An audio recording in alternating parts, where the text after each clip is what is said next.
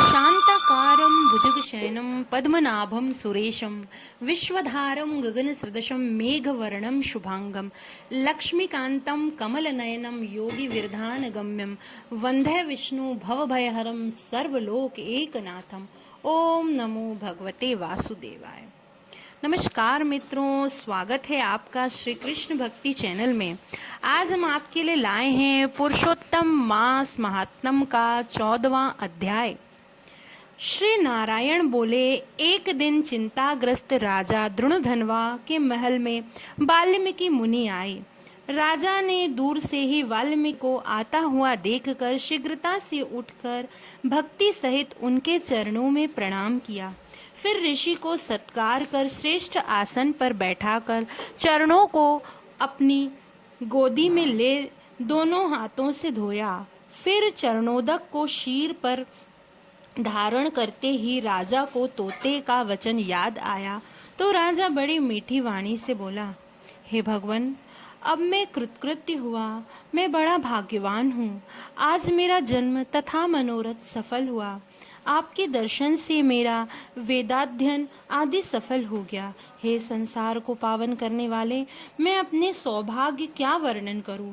श्री नारायण बोले, मुनिराज से ऐसा कह राजा शांत हो गए। तब वाल्मीकि मुनि राजा को विनय युक्त देख मन से बड़े प्रसन्न होकर बोले, हे राजन, तुम इतने चिंता से व्याकुल क्यों हो रहे हो? तुम्हारे मन में क्या है सो बतलाइए। हे महामती, जो कुछ इच्छा हो सो कहिए। दृढ़धनवा बोले, आपके चरणों की कृपा से मुझे हमेशा सुख ही प्राप्त हुआ है, परंतु हे ज्ञानधन, मेरे मन में एक बड़ा भारी भ्रम है।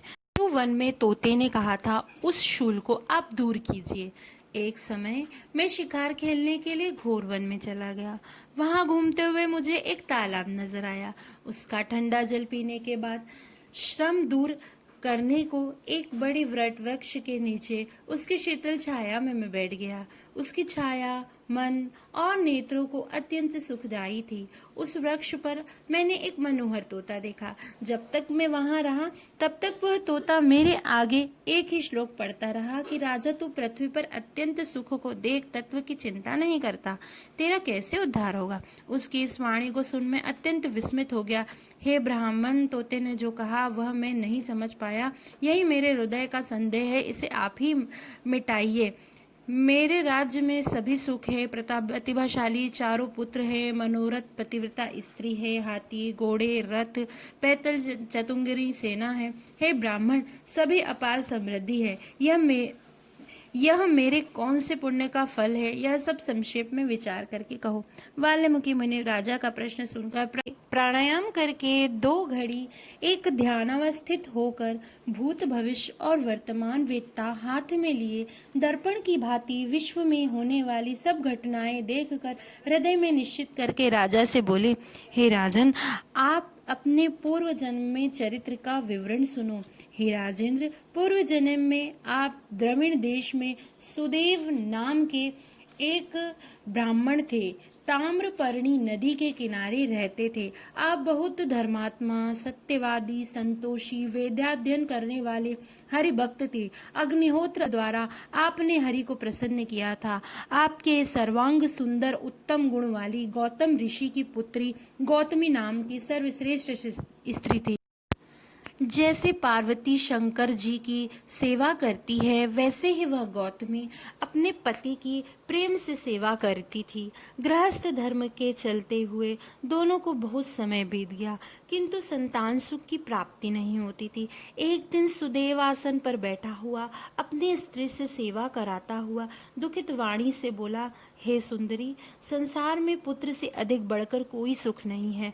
तप और ध्यान से उत्पन्न पुण्य परलोक में सुख देता है, किंतु शुद्ध कुल में उत्पन्न हुई संतान इस लोक और परलोक दोनों में सुख देती है। ऐसी श्रेष्ठ संतान मुझे प्राप्त न होने से मेरा जीवन निष्फल है, क्योंकि पुत्र का ना तो लालन पालन किया, न वेदार्थ पढ़ाया, न विवाह आदि संस्कार किया, अतः मेरा जन्म व्यथा ही चला गया। ऐसे जीवन से तो मेरी मृत्यु हो जाए अच्छा है। अपने पति के ऐसे वचन सुन वह सुंदरी मन में बहुत दुखी हुई। प्रिय भाषिणी चतुर धीरज धरकर पति को ढांढस बंधाते हुए समझाने लगी, हे प्राणेश्वर, अभी ऐसी तुच्छ बात मत कहिए।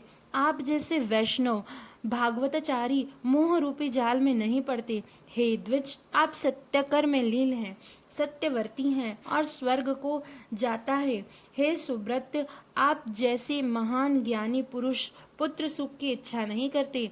हे ब्राह्मण, पहले राजा चित्रकेतु जब पुत्र शोक से दुखित हुआ तब नारद और अंगिरा मुनि ने आकर उन्हें पुत्र शोक से मुक्त किया। जिस प्रकार अंग राजा अपने दुष्ट पुत्र बेन के कारण रात्रि में वन को चला गया, वैसे ही है स्वामी, कभी कभी संतान भी दुखदायी हो सकती है। यदि आपको सुपुत्र की इच्छा हो, सब अर्थ को देने वाले हरि जगन्नाथ की आराधना करो।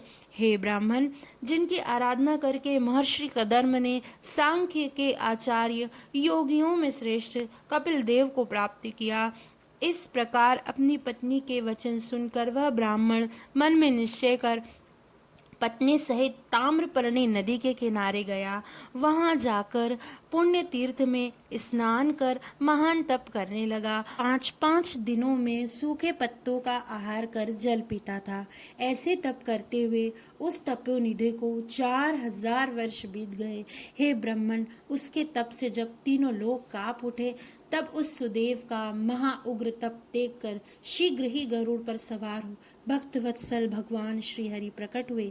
श्री नारायण बोले, नवीन मेघ के तुल्य वर्ण वाले विश्व रक्षक जगत के पालक करता 4 भुजा वाले अति प्रसन्न मुरारी के दर्शन करके बड़े हर्ष से सुदेव ब्राह्मण ने भगवान श्री मुकुंद को साष्टांग प्रणाम किया।